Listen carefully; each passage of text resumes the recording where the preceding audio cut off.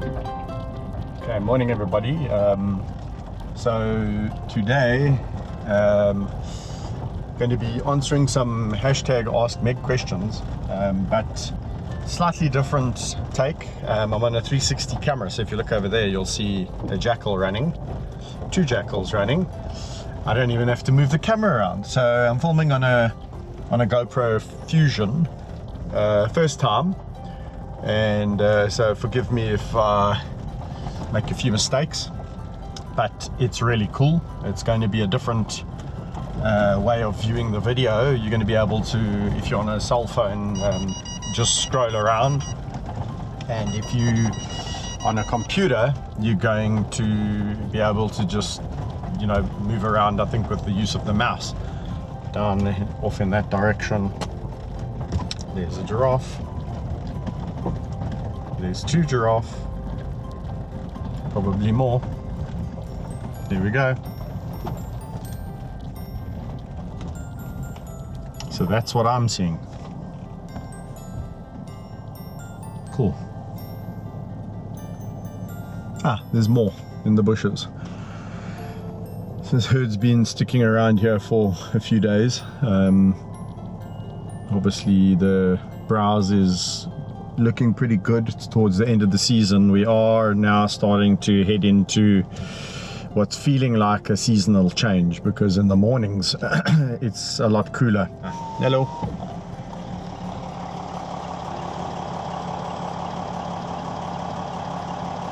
Regal creature. Under severe threat. Oh, he's going to chase him away. Two bulls. Okay guys, so I'm arriving here at Meg and Amy. They are in quite a big area, so it might take a little bit of time to locate them. That's if they don't come running up. They don't always. They are getting to become old ladies now. And then what I'll try and do is I'm going to try and actually plonk the Fusion down on the ground and then have a nice powwow with you guys. So forgive me if I do drone on a bit. It's an important topic. I want to cover it well. I have covered it before, but obviously it's a topic that's worth repeating, and maybe it'll answer some of your unanswered questions. So just remember, you are going to have to look around on this video. So sometimes you might hear me droning on and on, but if you just scroll around you'll see Meg and Amy getting up to something. They do tend to have favorite spots, so even though we'll put them in an area as big as this, what will tend to happen is that they will gravitate towards certain areas and spend a lot of the time there. You'll see all the game paths that they walk up and down. Just like people, they like to follow the paths of least resistance. So a lot of people say to me, don't you get tired of telling people the same thing over and over? And I'm like, yeah, well, although it does seem a bit you know, redundant saying the same thing over and over and over, it's very necessary. And there's old Meggie stalking me from behind the tree. Gonna have to try and hold the camera. Maybe I'm just gonna sit down because it's gonna be easier. So yeah, come. Don't flatten the camera. Hello, my girl.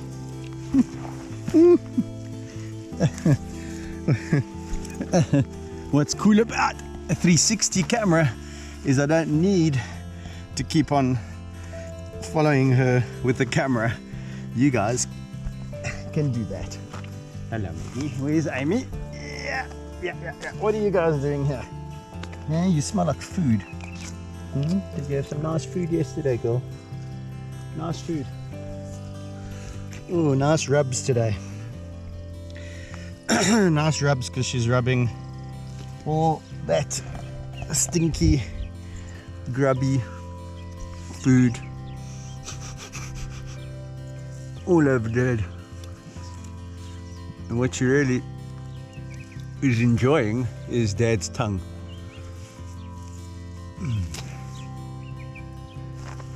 Hello, Aim. Let's go and say hello to Amy. Hello, my sweetie. Hello. Hello. Hello. Mickey. Oh, man.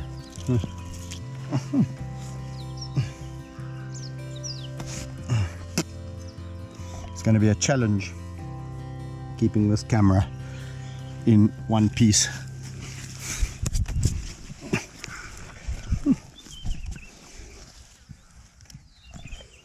Okay, have a seat.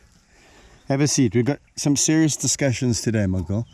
Serious discussions. Huh? Meg's over there sleeping. I'm over here talking to the camera. Amy's over there in the bush. Oh no, Amy's behind me. Amy's over there. So let me know when Amy sneaks up behind me. Question: why are lions not being bred in captivity? Why do I not breed my lions? The need, like with other endangered species, is clearly there because we have imperiled numbers in the wild. A lot of people don't really understand what is the major issues threatening lions in the wild. Captive populations face a different threat. But if somebody had to ask me what is the number one issue facing wild lion populations, I would say immediately habitat loss. And coupled with habitat loss is many other things. It's kind of one thing leads to the next.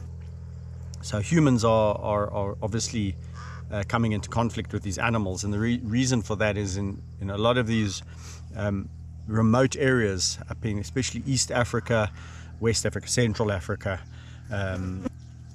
areas really away from civilization as we know it. These are the areas where the human population expanding or getting bigger and bigger year on year, people needing to push into these wilderness areas with their livestock, also with just agriculture just brings them into that much closer proximity to the wildlife, and the wildlife really doesn't have a choice. So then the next, if we just hold that thought, park it for a moment, and then let's go to the other side of this equation where we have over 200, some say 250, some say 290 breeding facilities in, let's just take South Africa, all breeding lions. And a lot of the places, some with good intentions maybe, I don't know, but a lot of the places saying they are breeding up these lions to repopulate wilderness areas, so that lion numbers can be increased. If you turn around now, you'll see Meg thinking about whether she should start roaring or not, and that ear is listening, and she's thinking, and she couldn't be bothered. So here we have these breeding facilities all breeding up these lions, all in some way or another saying that they're doing it for a good cause to repopulate areas with lion. And obviously that sounds like a good thing. I mean, why would you argue with that? And just then for one moment do the arithmetic. And I always say to people, do the math, because once you start to do the math, then you start to really understand what we're dealing with.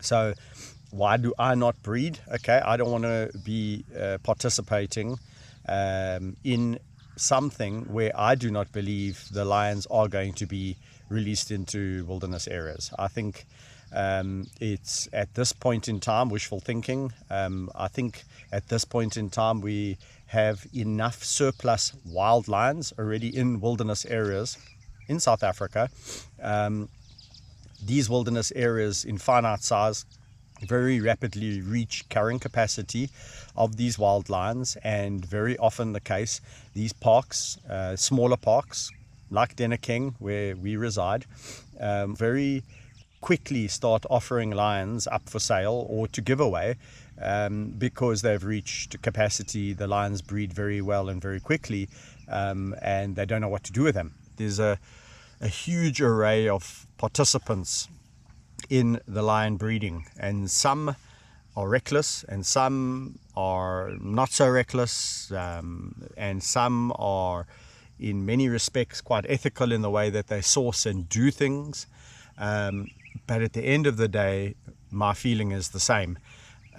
My question is this: where are the areas where you're going to take these earmarked lions? Where are these areas? And show me, number one, where you're going to release these captive bred wild lions, or lions that are earmarked for release into the wild. Where are you going to release these lions? Because if habitat loss is the number one threat facing lions in the world, then where are we going to be putting these lions? Because in my mind's eye, there's no habitat. So it doesn't. Let's take the real wild areas. If those areas are shrinking and those lions are under pressure, and these lions are being pushed out of these areas and are coming into conflict with people and getting killed, what does it help to take lions and reintroduce them into those already pressured areas? Those areas are under enough pressure as it is, coping with the current lion population that they have. And if you took that pressure off those lions, they would bounce back. So what in my mind's eye we would need to do in those areas that already contain wild lions is give back the habitat, protect and preserve the habitat, and allow those lions to do what they naturally do. We've seen this in many areas where there's been huge pressure on lions, and as soon as people like African Parks Network get involved and they start to take the pressure off those habitats, we see that lions can bounce back pretty quickly. What a lot of people don't know is that lions are not very difficult to breed. You put a male and a female together, within a period of around about 110 days after she cycled and been impregnated and conceived, it is about 110 days cycle. You're going to be left with, you're going to be given or you're going to be introduced to 4 cubs. So on average a lioness can have 4 cubs. Sometimes it's 1, sometimes even 6, but on average 4. And the birth sex ratio is 50-50, so half female, half male. What we find with the lions that don't have a lot of pressure on them, there's a huge success rate, and the mortality is not high like it would be in a normal naturally functioning system, where sometimes it's up to even 80% of those cubs don't make it. But in areas like, for example, where we are in Denekeng, there's no pressure, there's no competing predators, there's very few spotted hyenas, there's no other lions really in the areas that are going to be putting pressure. The leopard population seems to be low, cheetah aren't a threat. So there's very little that are actually putting pressure on these lions. So when one lioness has 4 cubs, unless something dramatic happens, maybe a snake bite or something like that, or a buffalo, elephant, whatever, most of them make it, and we've seen that here. Our area here being a finite size, 21.5, 22, maybe even 23,000 hectares at this point in time. Its carrying capacity of lions is very limited, and you very quickly reach carrying capacity if you're allowing the lions to breed unabated. Okay, you're getting up there, Michael. Hello. I'm talking a lot. That's talking a lot. Anyway, we'll take a little break. Eh? Yes, okay. You carry on. Just don't knock the camera. Be very good about the camera. Yes, you're very good, my girl. Very, very good. Are you bored? Are you bored with this question? Oh, you knocked the camera. Don't bite the camera. No, hey, da.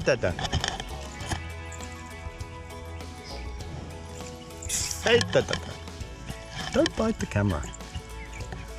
Nope. Go back to sleep. Go back to sleep. Go back to sleep. Yes. I need the camera. I need the camera.